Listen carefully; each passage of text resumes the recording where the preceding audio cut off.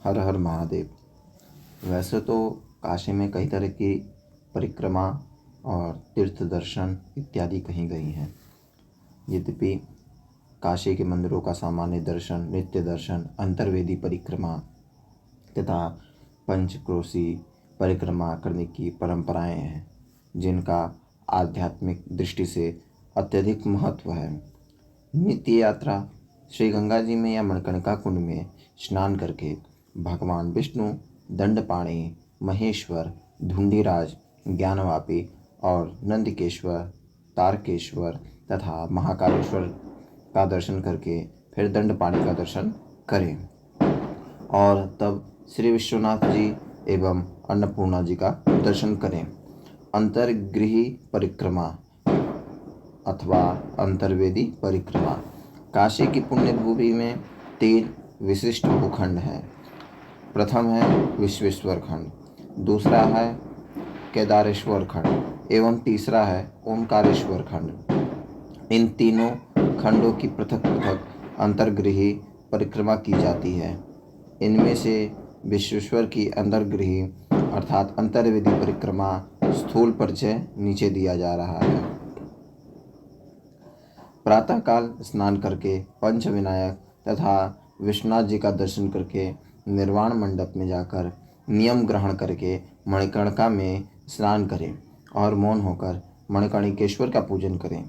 वहाँ से कम्बलाश्वर, वासुकीश्वर, पर्वतेश्वर, गंगा केशव, ललिता देवी, जरासंधेश्वर, सोमनाथ, वराहेश्वर, ब्रह्मेश्वर, अगस्तीश्वर, कश्यपेश्वर, हरिकेशेश्वर, वैद्यनाथ, ध्रुवेश्वर, गोकर्णेश्वर, हाटकेश्वर,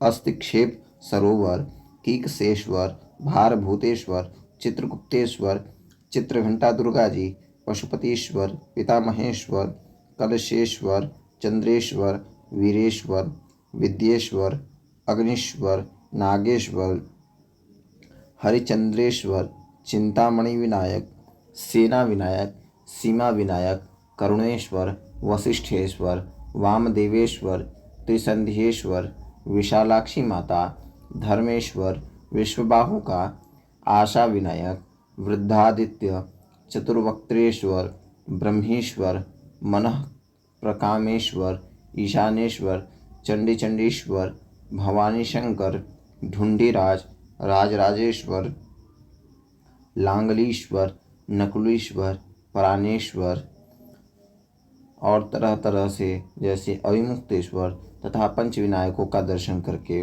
विश्वनाथ जी का दर्शन करें और तब मौन समाप्त करें। सामान्य दर्शन जिनसे अंतर्विधि परिक्रमा नित्य नहीं हो सकती और नित्य यात्रा भी नहीं हो सकती, उन्हें प्रतिदिन मणिकर्णिका पर गंगा स्नान करके ढूंढीराज गणेश जी, श्री विश्वनाथ जी, श्री अन्नपूर्णा जी और काल भैरव जी का दर्शन करना चाहिए। पंचकोसी परिक्रमा। संपूर्ण काशी क्षेत्र की पंचकोसी परिक्रमा का सर्वोपरि महात्म शास्त्रों में वचन है। अन्य क्षेत्रे कृतं पापम पुण्य क्षेत्रे विनश्यति, पुण्य क्षेत्रे कृतं पापम वज्र वाराणस्यां विनश्यति, वाराणस्यां कृतं पापम अंतर्गेहं विनश्यति, अंतर्गेहे कृतं पापम वज्रलेपो भविष्यति, वज्रलेपक्षितै ये तत्पंचक्रोश प्रदक्षिणम। काशी रहस्य में ऐसा दिया हुआ है, अर्थात अन्य क्षेत्र में किया हुआ पाप किसी पुण्य तीर्थ क्षेत्र में विनष्ट हो जाता है। पुण्य क्षेत्र में किया हुआ पाप काशी में विनष्ट हो जाता है। वाराणसी में किया हुआ पाप अंतर्गृह क्षेत्र में विनष्ट हो जाता है और अंतर्गृह में किया हुआ पाप वज्रलोप हो जाता है, अर्थात पाप का छूटना दुष्कर हो जाता है, उसे भोगना ही पड़ता है। वज्रलेप हुआ वह पाप पंचकोसी परिक्रमा करने से विनष्ट होता है। स्वयं श्री विश्वेश्वर भी भैरव जी के अनुशासन को आदर देते हुए वर्ष में 2 बार पंचकोसी यात्रा करते हैं। दक्षिणे चोत्तरे चैव हैने सर्वदा मया क्रियते क्षेत्र दाक्षिण्यम भैरवस्य भयाधिप। शरत कुमार संहिता में ऐसा लिखा हुआ है। पंचकोसी यात्रा के प्रवर्तक भगवान दंडपाणि, इसलिए श्री दंडपाणि जी की नित्य पूजा करने वाले सदाचारी भक्त कि पंचकोशी यात्रा निर्विघ्न संपन्न होती है। 3 परिक्रमा करने से मनुष्य जीवन मुक्त हो जाता है। काशीवासियों को यह यात्रा यथासंभव पुनः पुनः करना चाहिए, यही उत्तम पक्ष है। पंचकोशी परिक्रमा पथ कुल लगभग 75 किलोमीटर है।